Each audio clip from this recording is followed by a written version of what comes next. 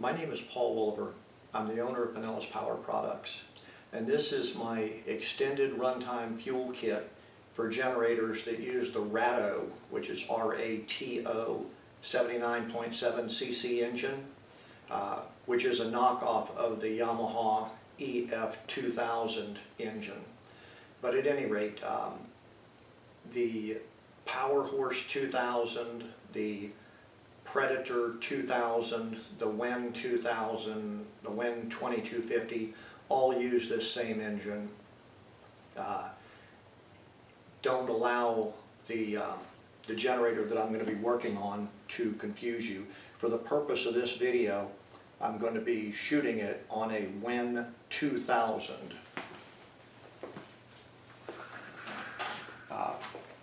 The Predator is going to be red, the Power Horse is going to be blue, and both of the Wens are going to be bright orange. Don't let that bother you. A couple of things I'd like to cover before we get started on this. Number one, the most common question I'm asked is people want to know is, can I still use the stock tank with your kit installed? Yes, absolutely. With all my kits, I try to add feature, not remove any of the original stock feature. Item number two, if you're watching this video on YouTube, please do not attempt to contact me through YouTube. I do not monitor YouTube comments or anything like that. I simply don't have the time. If you look in the description section of this video down below, you'll see that there is a link to contact me on my website. My website has an email address and my phone number, as well as a very good FAQ page. I've got the top 5 questions that people seem to always want to know the answer to, and they don't seem to go to the FAQ page for some reason. But at any rate, if you go to the website, you can contact me there. The first step will be to remove the cabinet, and the cabinet is very similar on all these. The Wen 2000, you simply remove the 3 screws at the top, and then the cabinet side will unsnap.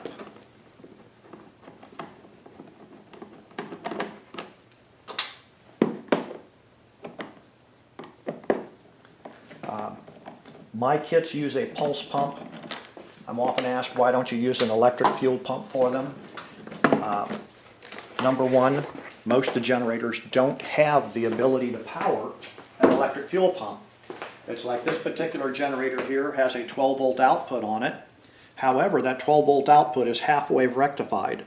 So it will charge a battery, but it will not power a fuel pump, because instead of being, well, a 12 volt battery is really 13.85 volts, but instead of putting out a solid 14.5 volts DC, it's oscillating back and forth between about 17 volts and 19 volts, which will charge a battery, yes, but it won't run a fuel pump. So in order to run a fuel pump off of it, I would have to build an LC filter and then a battery, which is going to add to the cost and the complexity of the fuel kit, and that's why I use pulse pumps.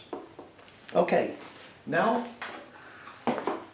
the next thing we need to do is, on some of the generators, they have an on-off switch, which is just a rocker switch for the ignition, and then the fuel selector valve for the fuel. And the neat thing about that is that if they are running the generator and they want to store it for a while, they leave the ignition turned on and they rotate the fuel switch to the off position. It will then run until it stalls out, and it runs most of the fuel out of the carburetor. The Predator 2000, Power Horse 2000, and Wen 2000 do not do that.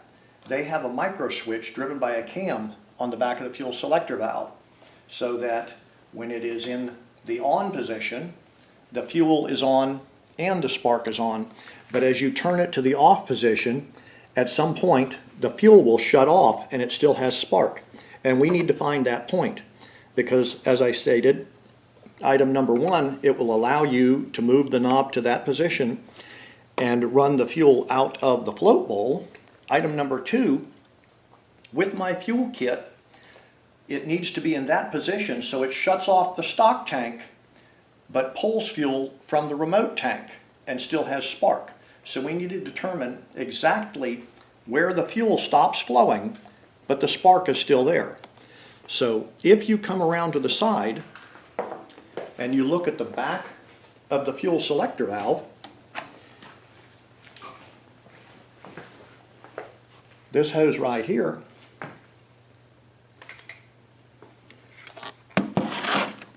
is the fuel coming out of the fuel selector valve and going into the carburetor. Now that's held on with a Corbin clamp. So I'm going to go ahead and remove this hose first, and then I'll show you how a Corbin clamp works. And there are several different styles of Corbin clamp, but you'll hear them referred to as spring clamps and so on.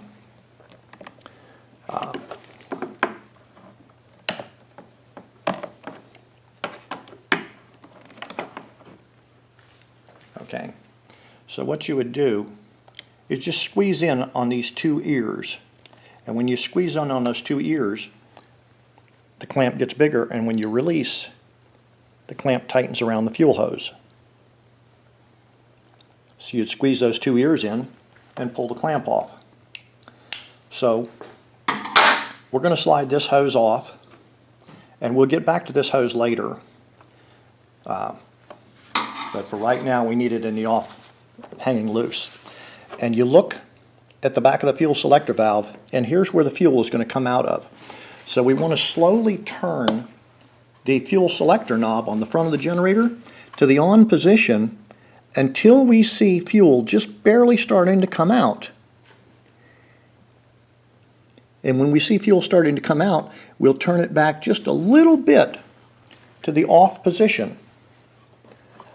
So let's go ahead and turn it to where we see the fuel just starting to drip out. Okay, there it goes, and we're going to turn it back to the off position just a little bit. So now if you come around the front of the generator and you look at the fuel selector knob, here's the indicator on the knob, and it's about halfway between these two black gaps in this orange area. So you would need to mark that in a way that is very clear. And there is a little bit of leeway on these, where right here the fuel is off and it doesn't shut off the spark till it goes over here. So I'm going to put it just a little bit closer to the off position. Now you can use either a Sharpie marker, or in my case, I'm going to use a piece of orange tape, because Wen uses orange markers on all of theirs. So that's going to be the new off for fuel. So now if you're doing a Predator or a Power Horse or a Wen 2000, you would have it in this position to run it off of my remote tank. And then whenever you wanted to shut the thing completely off, you would rotate it all the way to the off position. Okay? The next step is going to be to go ahead and remove the valve cover. This is the valve cover over here. So the first thing we're going to do is remove the breather hose, and that's this black rubber hose that goes from the intake manifold to the valve cover. So we're going to take a pair of needle nose pliers and slide it off the valve cover, slide it out from behind the bracket on the casing, and we're going to set this hose aside. We are going to be reusing that later. The valve cover is held on by 4 bolts, one on each corner of the valve cover itself. So we'll remove these 4 bolts.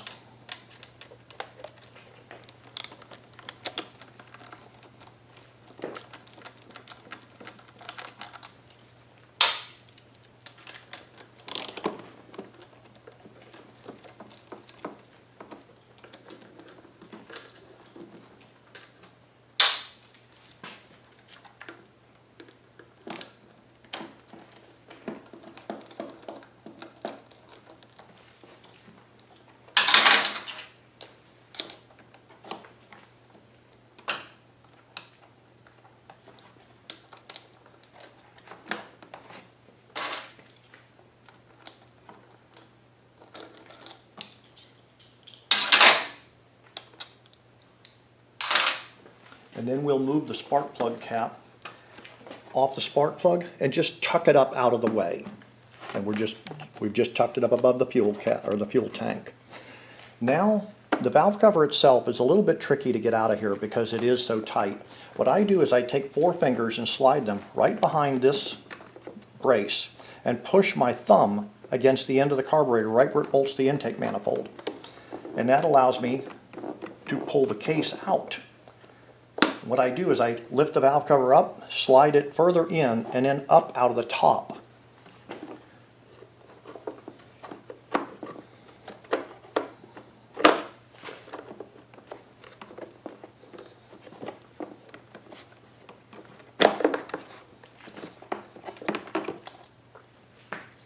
Okay.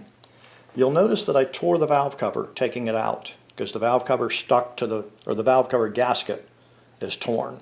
And that's because the gasket stuck to the valve cover. If the gasket sticks to the cylinder head, it actually makes your job easier. My kit comes with a new valve cover gasket.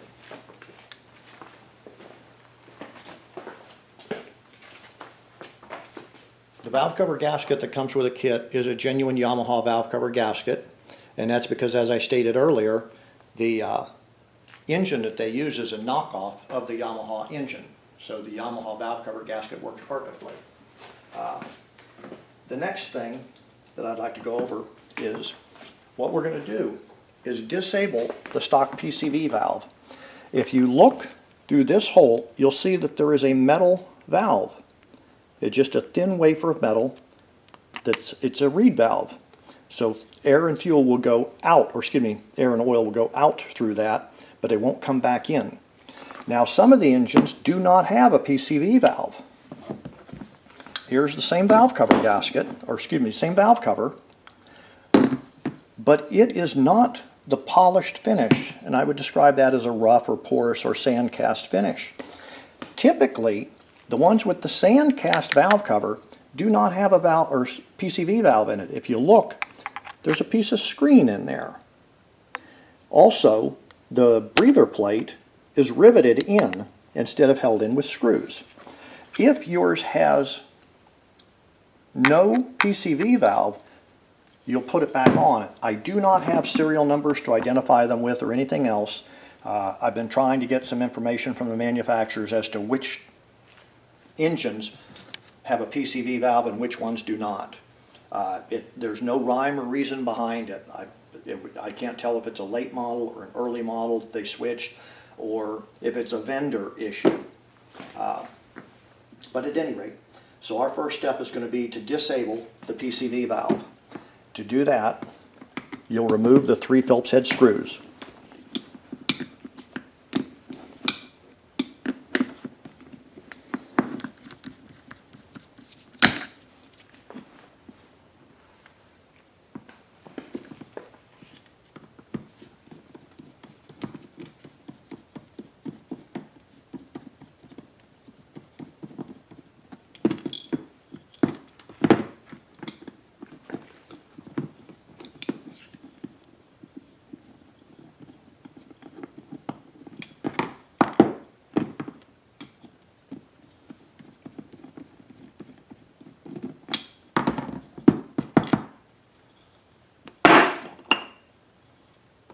And this is the breather plate. Let me get a small screwdriver.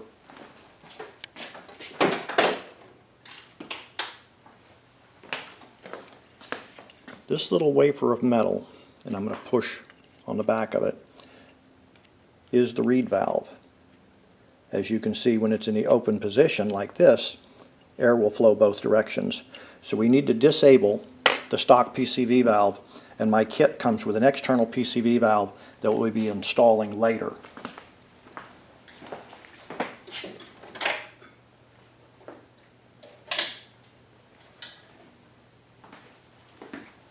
The easiest way to disable the PCV valve is just to push it up from the bottom and then get a hold of it with a pair of needle nose pliers and bend the reed valve and the reed valve stop back just ever so slightly, so that what you're doing is you're putting a kink in that stock PCV valve so that it stays open.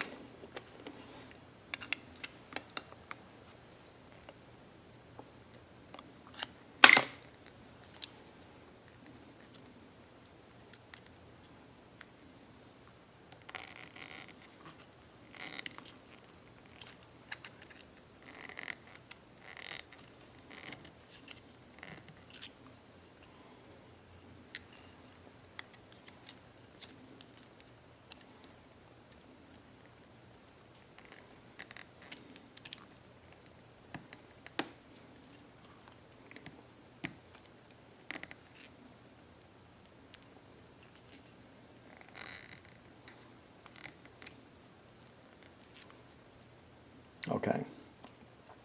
Now you'll see that the valve itself is staying open. I can slide a screwdriver there from the back. So now the valve is staying in the open position, so it functions just like this one, which has no valve whatsoever in it. And now we'll go ahead and bolt the breather plate back in. Let me tear this piece of the old valve cover gasket out of the way first. Do not put gasket sealant on this gasket right here, because there are two little oil return areas on this, and if you put gasket sealer in there, you'll plug up the oil return areas. And as I stated earlier, air and oil will be blasted through this hole as the engine is running, and you want the oil to scavenge or return back into the crankcases. So don't put gasket sealant in there, otherwise the oil returns will be blocked.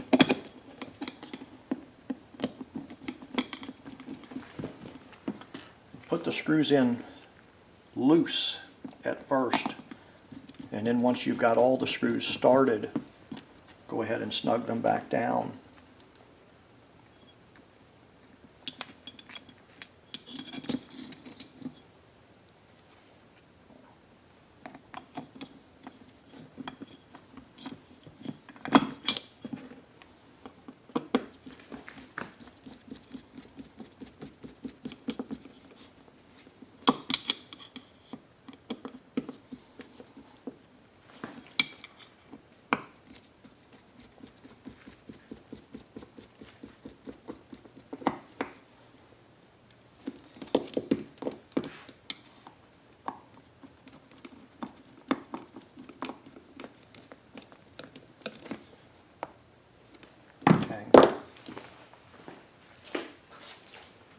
I'm going to take a razor blade and clean the gasket that we tore off the surface here.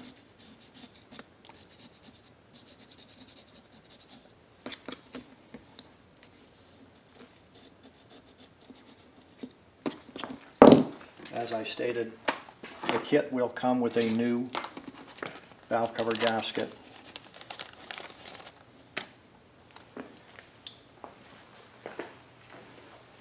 And as I stated when you took it off, it's just a whole lot easier for you if you put the valve cover gasket onto the cylinder head first, because it won't stick to the valve cover and it'll fall off and you'll be likely to tear it. So right now I'm just making sure that the valve cover gasket is sitting all the way down in there.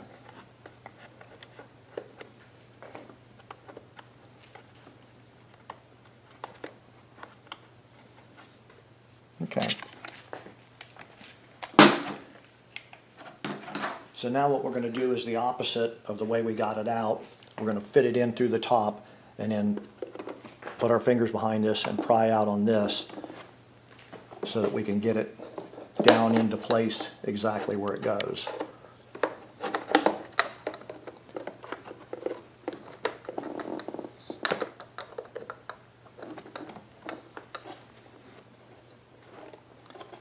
There's a little rubber flap here that may hang up and hold your valve cover up out of the way. So once you've got the valve cover dropped into place, make sure that all the bolt holes line up correctly. It should be a straight shot through the valve cover gasket, and into the threads of the cylinder head area. If you see a valve cover gasket overlapping that hole, that means you've kinked the valve cover gasket or something in the process. And you definitely don't want to kink the valve cover in the process, or the valve cover gasket in the process, because then it'll leak. So now you go ahead and put the 4 bolts back in their respective locations.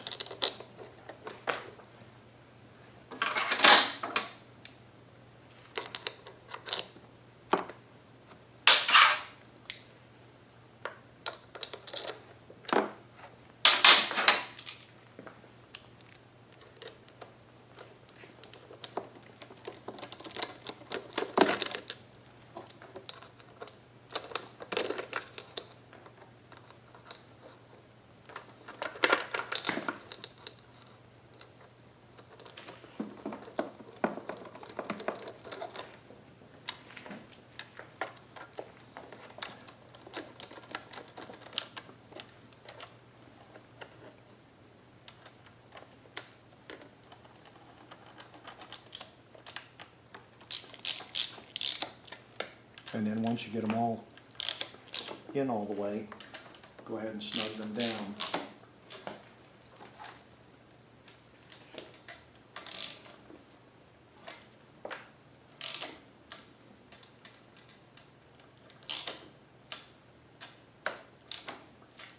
Okay. Now, included in the kit is going to be the replacement PCV valve, as well as the other items. Incidentally, I should have mentioned this earlier, but I forgot. Included in the kit is a flash drive with a copy of the video you're working on or watching right now. So you will get a copy of these instructions with it, and you can also watch the video on my website. Please do not attempt to install this kit from YouTube videos, because if you get the wrong video on YouTube, you're going to possibly drill a hole in the wrong place or something like that, and then you're going to call me up going, what do I do now? So don't try to find the right video on YouTube. Either take the video off of my website or use the video on the flash drive. Okay. So you'll take one of the clamps that is included in the kit.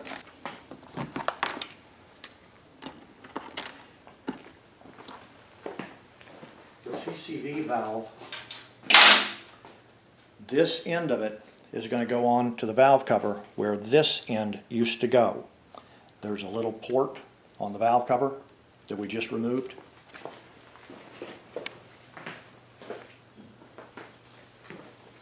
And here's the other valve cover that I was looking at or showing you earlier, but it goes on to this port right here. But only it's on the engine.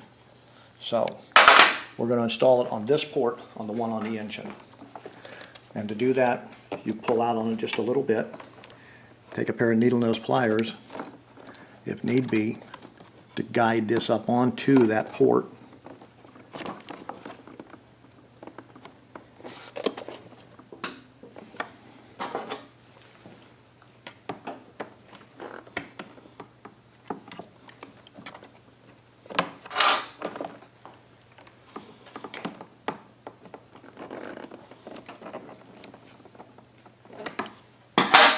I'd like you to notice that on that port on the valve cover, there is no hose barb. It's straight.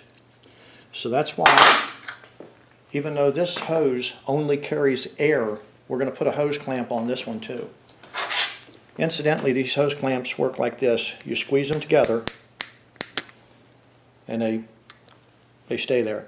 If you need to remove one of the hose clamps, take a pair of pliers on one side and twist. And now you can reuse it. And this is a fairly tight fit.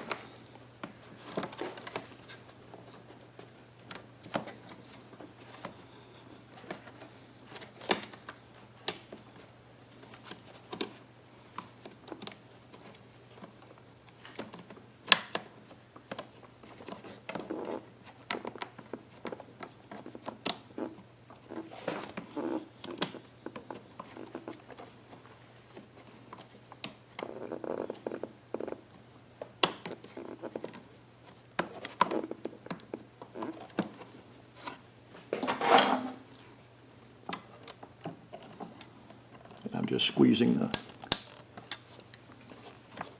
clamp down right now. Get a little bit of light on that so I can see behind it. Okay.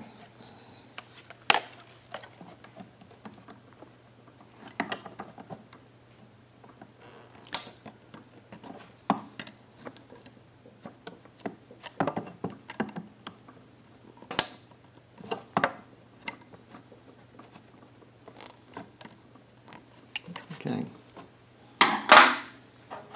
We want to make sure that the hose is bottomed out against the valve cover and that the clamp is back about 1 millimeter from the end of the hose, because you don't want the clamp to slide off the end of the hose. And you'll see right here there's a recessed area that just barely big enough for that hose and clamp to go into. So now if you look at it, the clasp to the clamp point down at this angle, and that's the best way to get that clamp on there. Now your PCV valve sticks out here, and your pulse line, which goes to the fuel pump that we'll be installing later, is going to hang down here, and we're going to trim it to fit onto the fuel pump a little later. Right now, you'll take the stock hose that I said you'd be reusing later, and you'll slide it onto the port on the intake manifold and hold it up into place and see where it needs to be trimmed, and you're going to cut it right here and put it onto the new PCV valve.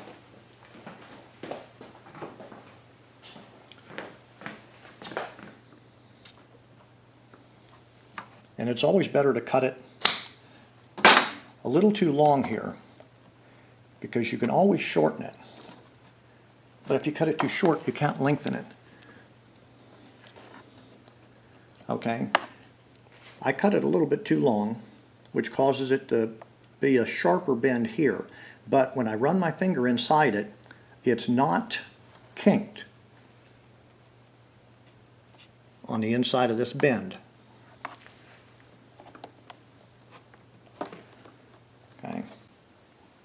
Okay, I went back and reviewed the video that we shot so far, and I made an error in what I stated when I was talking about why I don't use electric fuel pumps, because the 12-volt output on this is only halfway rectified. I said it oscillates between 17 and 19 volts. I should have said 7 volts and 19 volts. If you look at it with a voltmeter, it'll show approximately 14 volts, but if you look at it on an oscilloscope, you'll see it's pulsating, which will charge a battery, but it will not run a fuel pump. Okay, back to this. So we've got the hose that we just cut, put onto the PCV valve, or from the PCV valve to the manifold, and you want to make sure that it's not kinked flat. And if you feel it here, it's a nice radius bend. The thing you want to look at now is, if you look behind it, you'll see where the choke mechanism is, and if you turn the fuel selector valve all the way to the start position, the choke will pull closed, and then when you would put it back to the run position, you want to make sure that this wire or the choke mechanism doesn't hit the hose and hold the choke partially closed.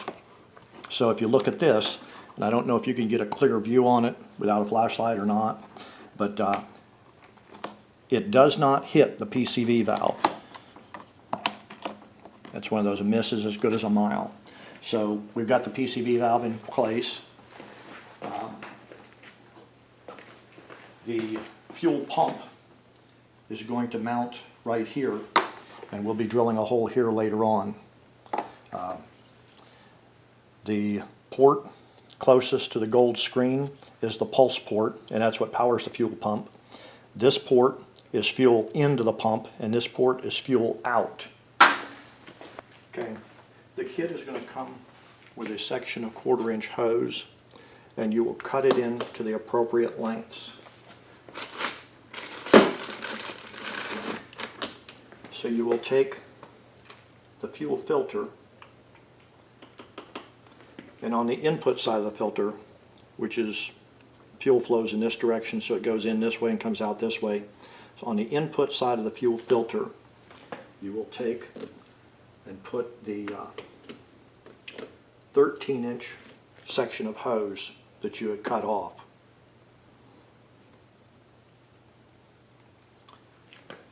On the output side of the fuel filter, you'll put a 3-inch section of hose that you've cut from the original hose section. Then on the 3-inch section of hose, you'll put the T-fitting, not on the stem of the T-fitting, but on one of the branches of the T-fitting. Then on the stem of the T-fitting, you're going to put a hose that you've cut to 15 inches long.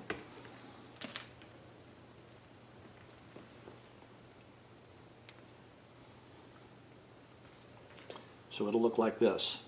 You've got a 13-inch, 3-inch, and a 15-inch. I'm not putting any hose clamps on yet because once we fit this all in, we may have to trim the lengths of the hose, and if we have to do any adjustment, it's easier to do it without the hose clamps in place. So now we're going to come over here, and this is the hose that you originally removed from the fuel selector valve. This end went on the fuel selector valve, the other end goes to the carburetor, and we're going to depress the Corbin clamp, move it off, and then we'll pull this hose off the carburetor. You'll notice that this end of the hose is 1/4 inch and this end is 3/16. In an earlier video that I did a couple years ago, somebody commented and claimed that I was using the wrong size hose because I put a 3/16 in one place and a 1/4 in the other, and that's because the original formed hose is formed to 1/4 on one end and 3/16 on the other end. Trust me, I know what I'm doing. I don't make mistakes like that. Okay. So then you'll take the hose that we just made up, you'll run the 13-inch piece behind this bar and then go over between the blower housing and the fuel pump, and it'll come out on the other side right over the valve cover that we disabled the PCV valve in. The 15-inch section you'll run over to the other side and it'll come out right in front of the air box, or just above the air box and in front of the intake manifold. You'll run in front of the choke cable because you don't want the choke cable to be bent around in a hard loop. So if you come around here, this is the 13-inch section that we passed between the fuel pump, or the fuel tank, and the blower housing. And this is the 15-inch section that went in front of the manifold. And it's going to tuck in here and connect to the input side of the fuel pump. This is going to go into the input fitting in the top of the generator. Here is the actual pump that we're going to be putting on. When you remove the pump from the bag, you'll notice that there are covers over 2 of the ports. Remove those covers before you put the fuel pump on. And as I stated earlier, the port by the gold fitting is the pulse port, and that's where the pulse line will go onto it. This fitting is fuel in, and this fitting is fuel out. So the fuel in is this hose here.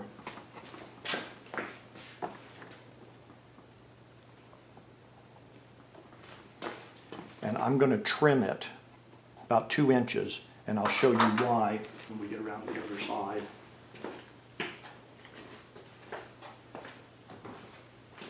And that's why we're not putting hose clamps on it till we get everything fitted.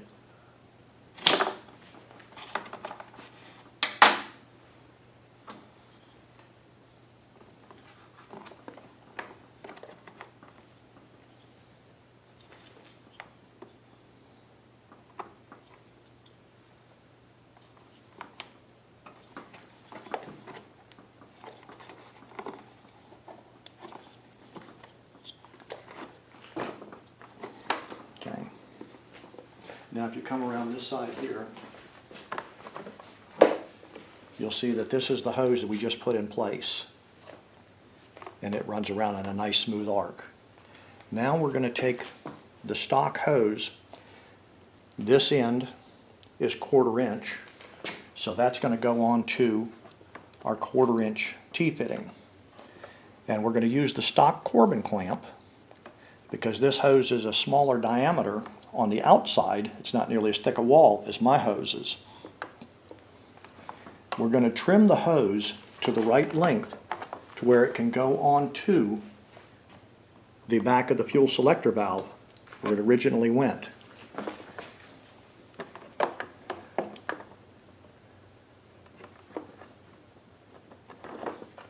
And I'm going to cut it a little longer than I think it should be because I can always shorten it if it's too long, but it's impossible to lengthen it if you accidentally cut it too short. So I'm going to cut it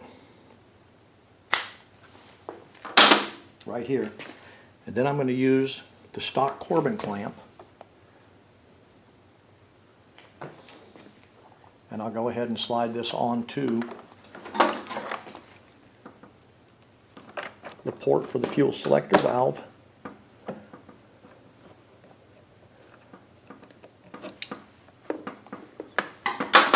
Let's see how that looks.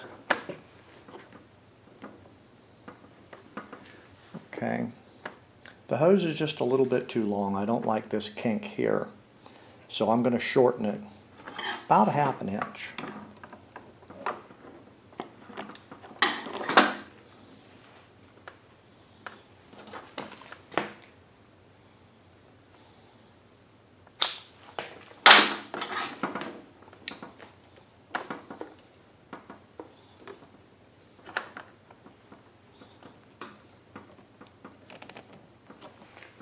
I don't know if you need to use a flashlight or if you can see that that's right back onto the port where it was originally at.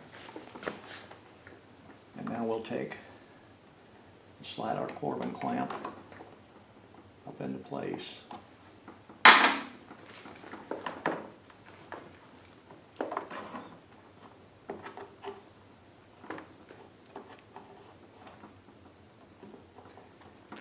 I'm just sliding this outer hose.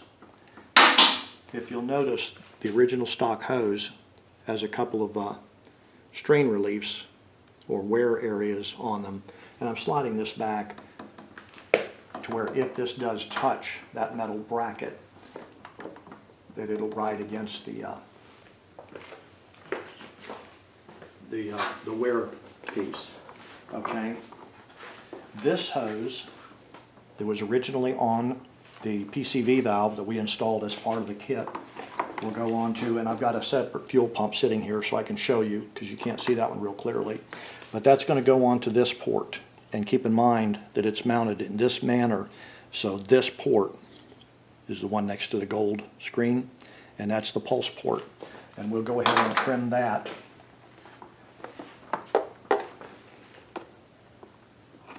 the appropriate length.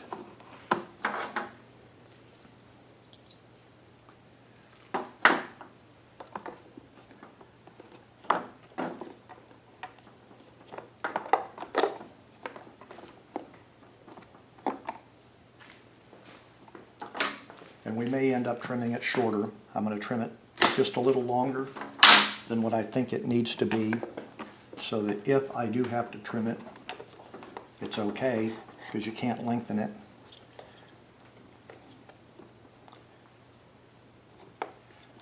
And what I want to do is make sure that this hose here bends in a nice smooth bend. I don't want it kinked. And I'm going to say that that needs to be about 1.25 inches.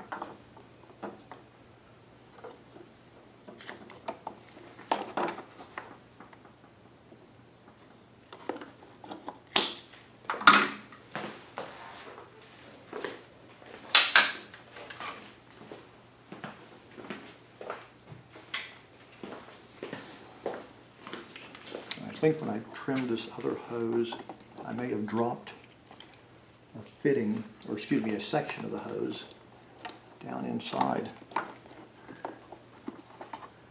No, I did not. It hit the floor. Okay.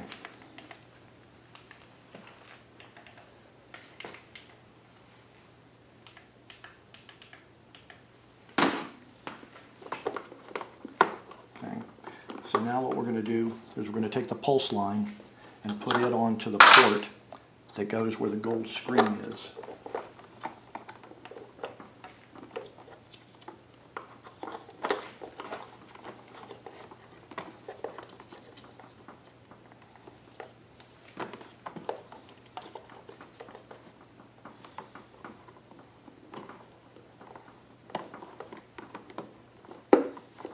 Get just a little bit of oil. If you don't have a little cap with oil in it, you can always take the dipstick and put some oil on the hose with that. It's a lot easier to get them onto the fittings. We got just a little bit of oil on the hoses.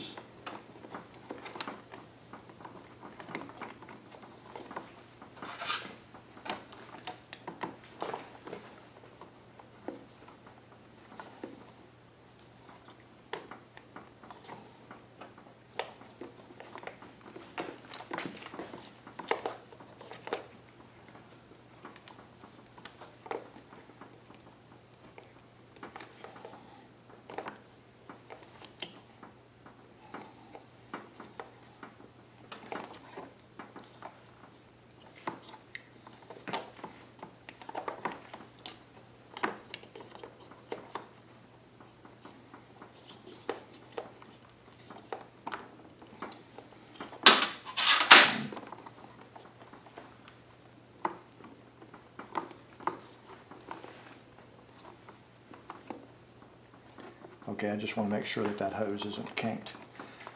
I don't know if I stated this earlier or not, but right where I made this black dot, we're going to drill a 1/4 inch hole, and that's where we're going to bolt the fuel pump in place when we're done. Okay.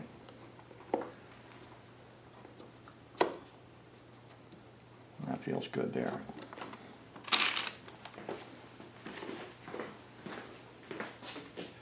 We're going to take the remaining section of the hose that came in the kit. We're going to run it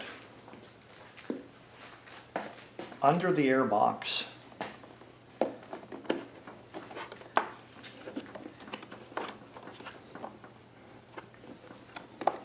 and it'll come out just in front of the air box and go up to the input on the carburetor. I don't know if you can see it clearly.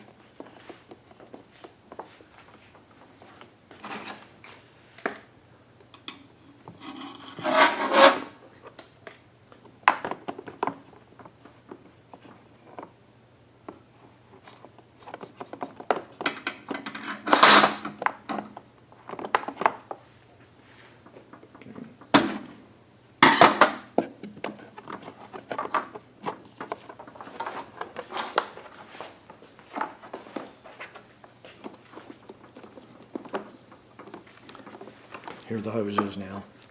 So we've run it from the area over by the fuel pump, down under the air box, and back up into a loop. Now if we go around the other side, we'll be able to see clearly to be able to put it onto the line where we removed this hose from on the carburetor.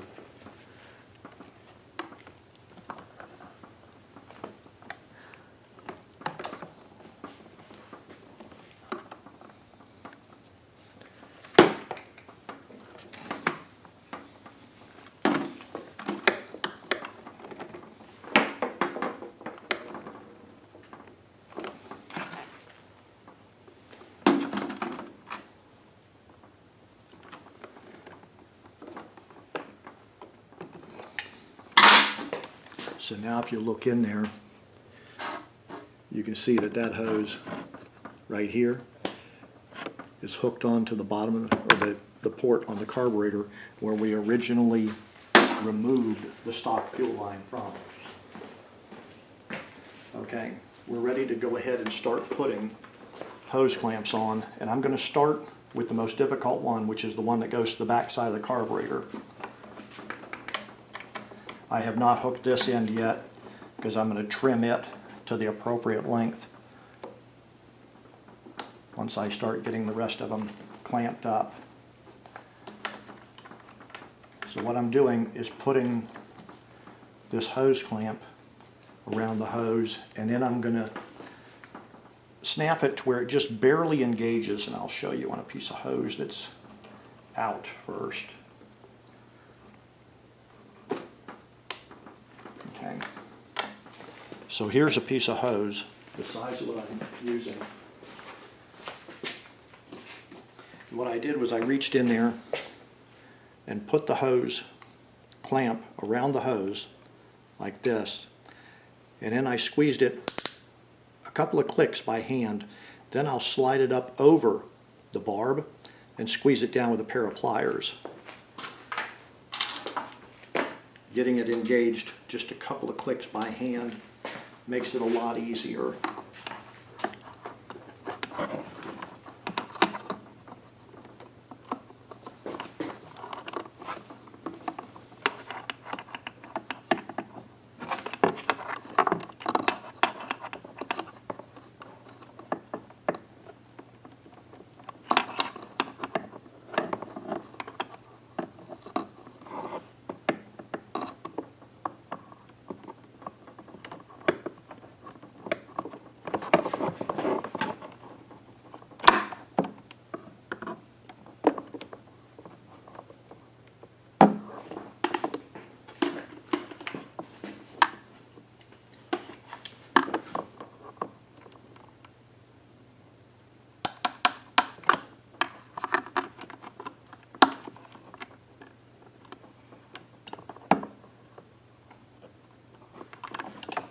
I don't know if you can see clearly from there what I'm doing or not.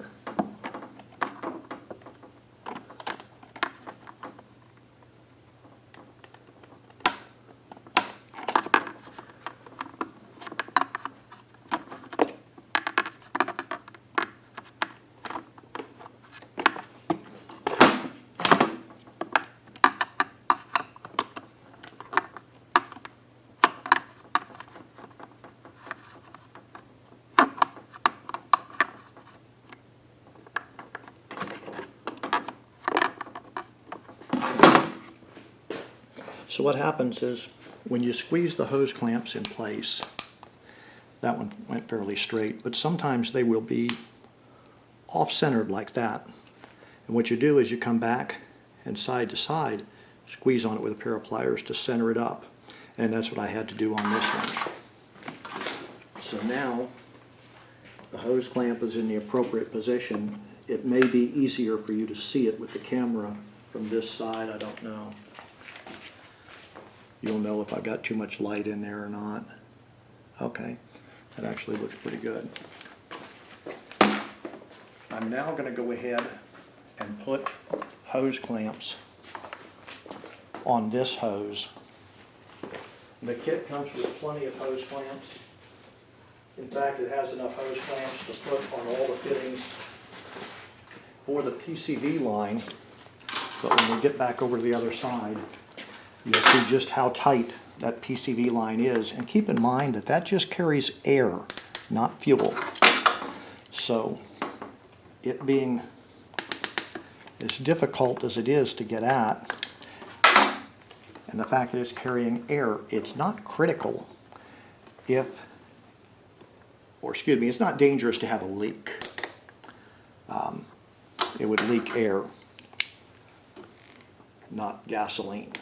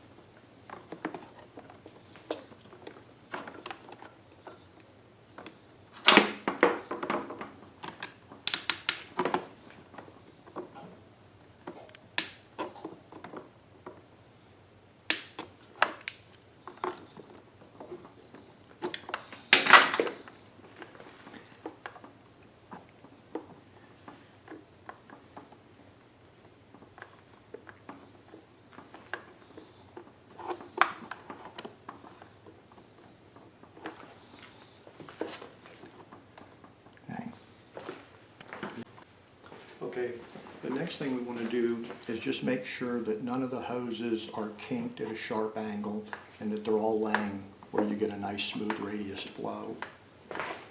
Everything on that side looks good. The fuel pump is in the appropriate location. Remember, we're going to drill a hole here and use the bolt that's included in the kit to mount the fuel pump in place.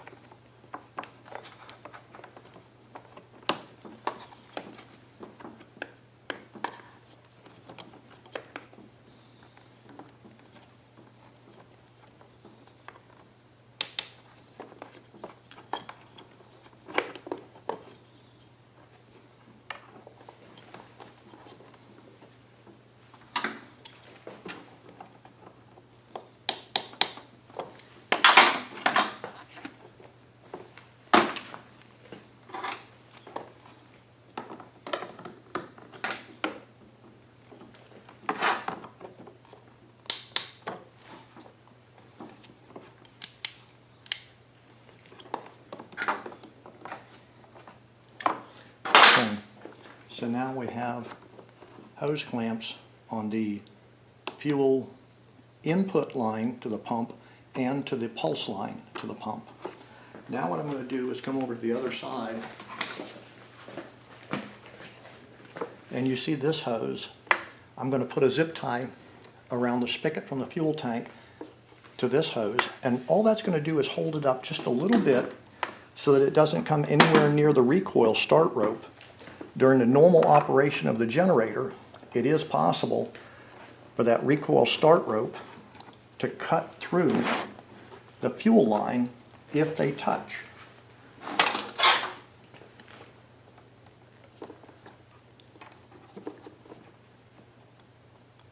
And we're not trying to zip tie it up tight against it. We just want it to support it just a little bit.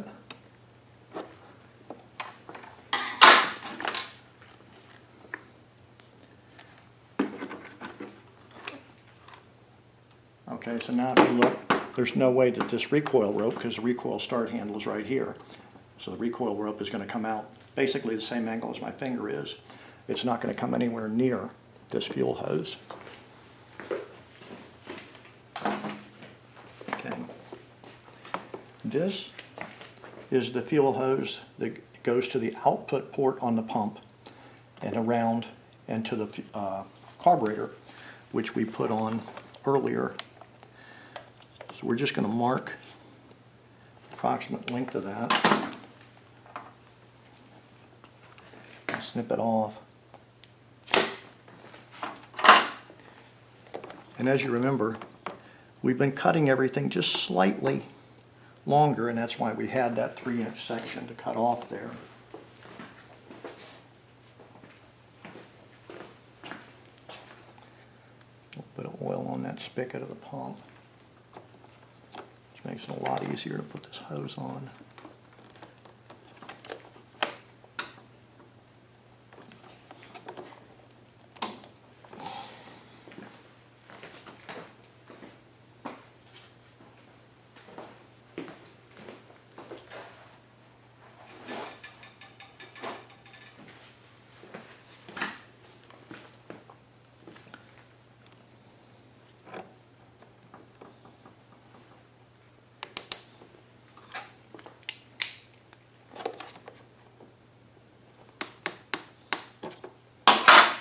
That there.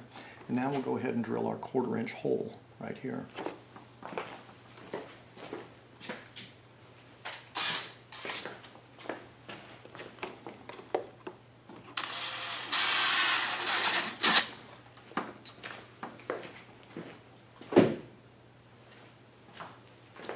included in the kit. It's a 3/4 inch bolt with a flat washer and nut.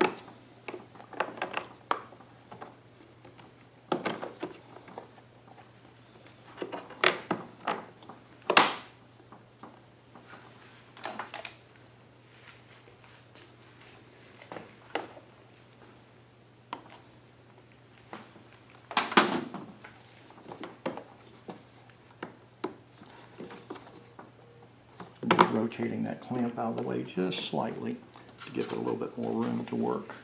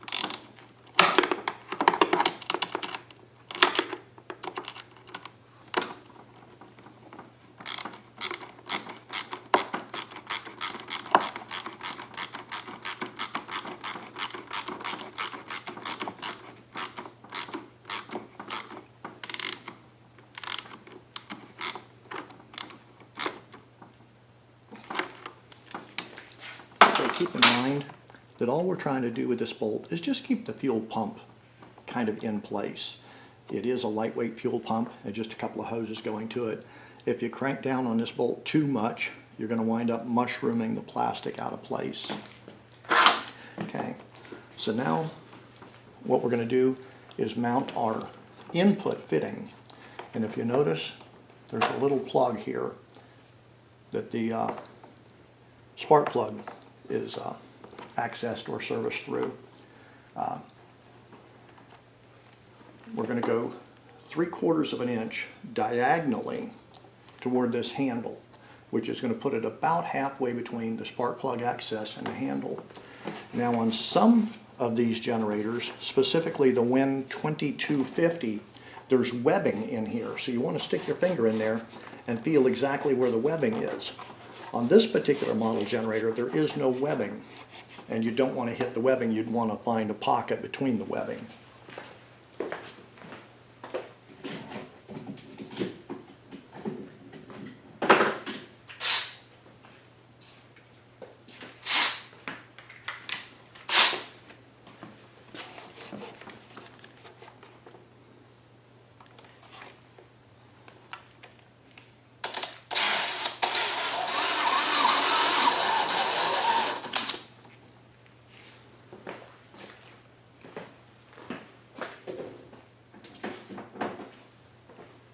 I don't want to go all the way in with the step drill because I don't want to inadvertently drill the hole too big. So from here, I'm going to take a repairman's reamer and clean it up just a slight bit.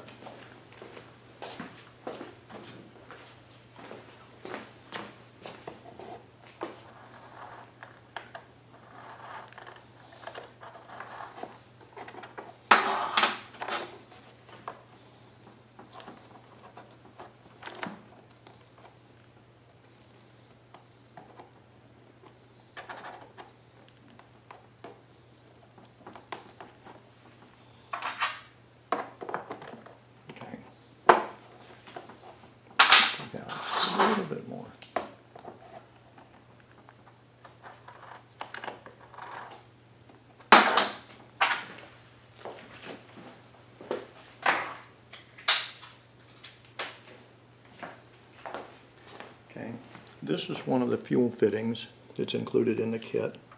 What you're going to do is you're going to screw the hose barb down to the fuel fitting, and it'll create a pinch point between these two. It's going to kind of pinch down on the plastic housing. In order to make sure it's a good seal between the threads, I'm going to use Teflon tape included in the kit and wrap the Teflon tape around the threads. Be very careful when you wrap the Teflon tape. Do not overlap the end like that, because what it'll do is it'll shear that piece off when you're tightening the threads down. Truth be known, that will get caught in the fuel filter, so it won't do any damage, but it will clog up the filter a little bit earlier than normal. So we'd prefer not to have that happen.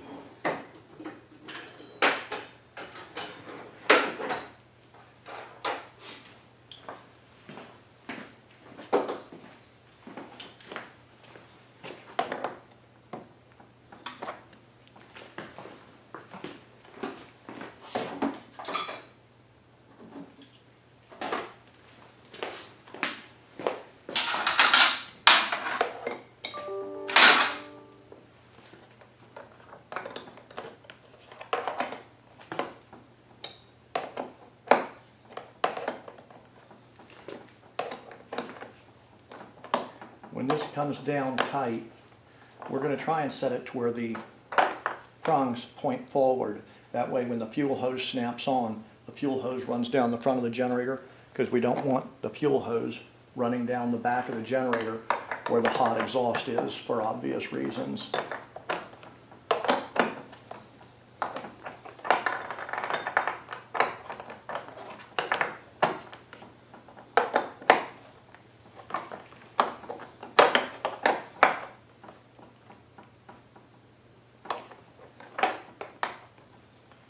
Okay, just tighten that down just a little bit more.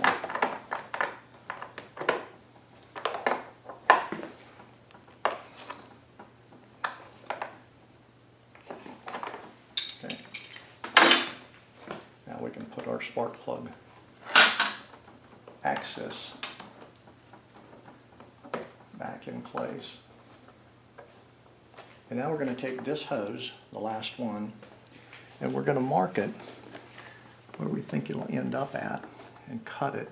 And I'm going to cut it just a little bit too long and then double check it.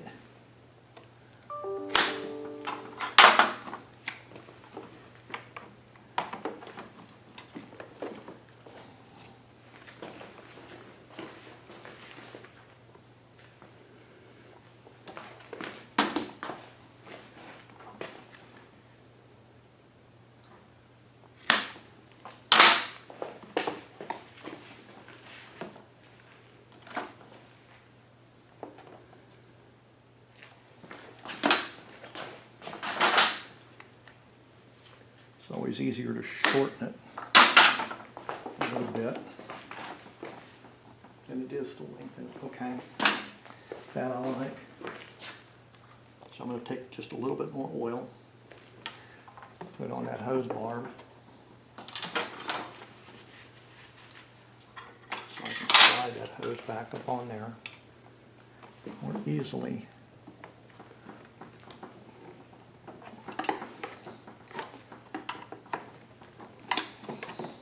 Okay.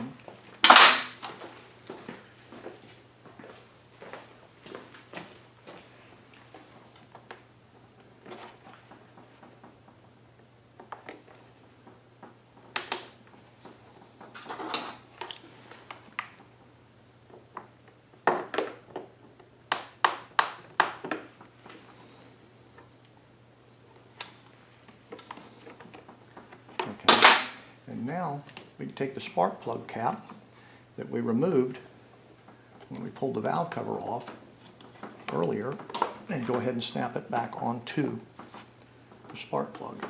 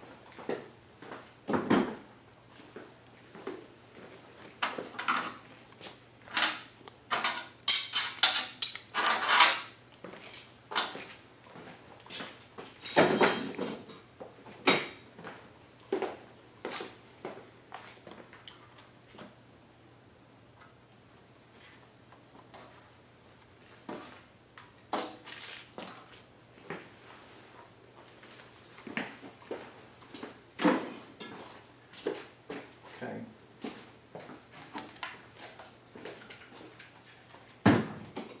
Now we go ahead and put the covers back on. Take one last look at it, make sure that there's nothing that's going to get in the way or cause any problems. The covers go on the opposite as the way they came off. There are 3 little hooks that slide in at the bottom, and in the latches which snap on, and then the 3 screws at the top.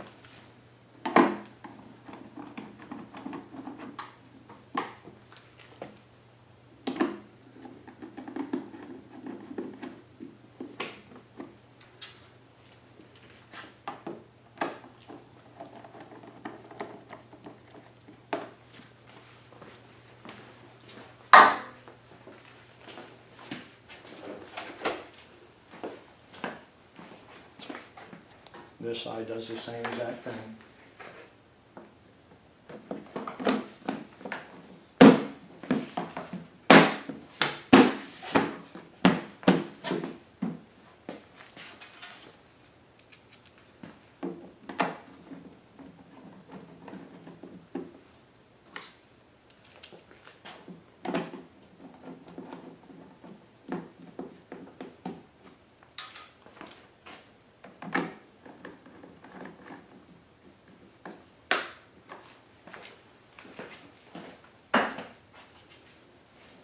Last step for the installation is an instruction decal.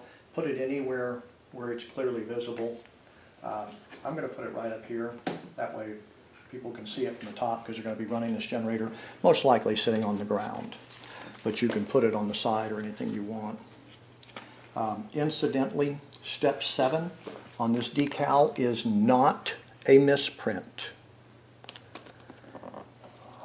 That's where it tells you to move the fuel selector valve to the off position in order to run. And as you remember earlier, when we made this mark on the fuel selector valve, you would now line up the index mark on the fuel selector valve with the new line that you put, and that's going to be the remote tank position. This would be the stock tank position, and of course this would shut the engine off immediately. If you have any questions about this, please go to my website. There is a link to the website just below this video in the description section. If you go to my website, it's got my email address and my phone number and a complete description of the product and how to operate it, as well as a product demo video that shows you how to run the generator. Please do not attempt to contact me through YouTube. I do not monitor YouTube comments or any of the chat rooms. I simply don't have time.